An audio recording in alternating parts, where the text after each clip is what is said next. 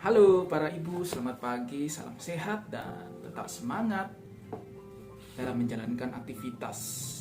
Hari ini kami mau mencoba bercerita bagaimana sih cara kami membuat atau melaporkan hasil belajar anak-anak para ibu yang belajar bersama kami di rumah belajar Gada Hati. Jadi bentuk laporannya seperti ini ya. Nah, bagaimana sih cara kami membuatnya? Jadi sedikit berbeda dengan tempat-tempat belajar atau di sekolah pada umumnya. Jadi caranya itu adalah kami setiap anak datang dan selesai belajar itu anak-anak kami catat semua aktivitasnya dalam buku jurnal. Buku catatan jurnal. Jadi ini buku jurnalnya semua ada namanya ya. Nah, ini ya ada namanya nih. Jadi kegiatan anak, ini belum ada, ini Denis nih, nanti dikasih ya karena baru kemarin belajar bersama kita di sini. Nah, di setiap perkembangan atau apa yang dilakukan atau ada catatan ketika anak selesai belajar atau ketika baru datang, setiap harinya kita catat di sini.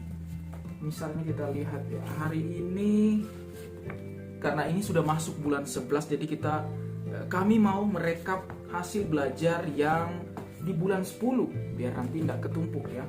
Saya cari aja. Nah, misalnya ini saya akan mau coba masukkan kegiatan dari Azza ini kan. Ya, contohnya ini lihat nih. Nah, jadi sehari-hari kita tetap catat dari apa anak belajar apa, materinya apa, gurunya siapa, capaiannya apa, ada catatan nggak? Oh, kalau ini kan nggak ada catatan. Nah, ini ada catatan. Kemudian ada paraf guru. Nah, setelah sebulan misalnya ya, saya mau merekap nih, memasukkan ke laptop nih. Jadi misalnya saya siap, kemudian saya akan membuka berkas di laptopnya. Ini Azza ya, misalnya kita buka dengan, nah kemudian saya akan ambil ini ya. Laporan.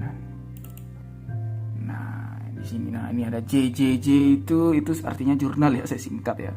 Biar lebih ini. Ini kan Azza, ada Azza. Azza tanpa tulisan kelas, ini Azza waktu kelas 1. Ini kan Azza kelas 2. Kita buka saja. Oke, ini dia ya tampilannya ya. Saya akan ke bawah. Ini kan bulan September ya. Coba saya besarkan dulu mungkin ya.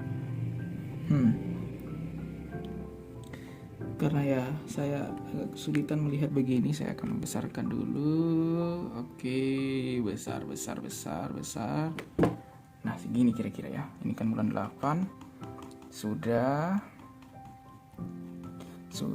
Oh, ini kan terakhir bulan 9 ya. Di catatan ada catatan. Kemudian kita masuk di bulan 10 karena sekarang kan sudah bulan 11, jadi kita masuk ke bulan 10. Ini saya sudah catat beberapa nih. Coba saya geser dulu. Nah, ini di sini saya sudah tadi catat PPKN, kemudian kita lanjut ke bahasa Indonesia. Bahasa Indonesia sudah sih. Tinggal ditambah catatannya. Saya akan coba tambah dulu ya. Kemudian ada nanti matematika. Nah, ini dia ya. Saya sudah menyelesaikan untuk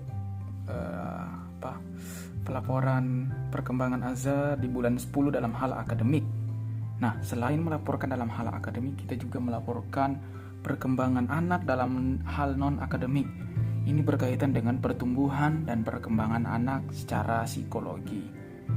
Itu ada motorik ya, motoriknya ada gerak kasar, gerak halus. Kemudian nanti ada bahasa dan bicara, bagaimana perkembangan bicara, perkembangan bahasa. Perkembangan bicara itu berkaitan dengan bagaimana anak berbicara, apakah sudah baik, apakah ada kata-kata yang terbalik ketika bicara atau masih terbata-bata, pengucapan huruf dan sopan santun. Penggunaan kosakata atau bahasa yang baik. Kemudian ada bahasa, bagaimana anak memahami apa yang kita ucapkan atau apa yang guru jelaskan atau orang lain jelaskan kepadanya.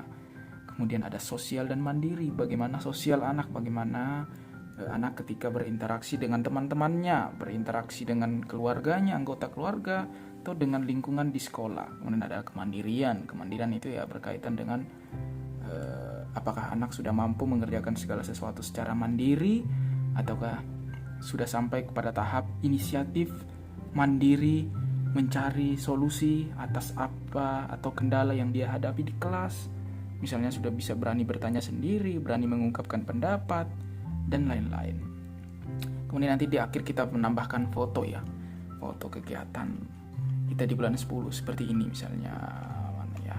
Nah ini foto kegiatan di bulan 9. Kemudian nanti di akhir catatan, di akhir laporan kita ada catatan tambahan dan saran.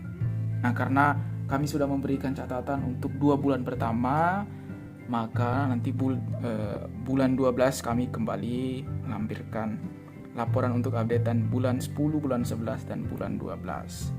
Nanti kita gabung semua jadi satu. Seperti itu para ibu.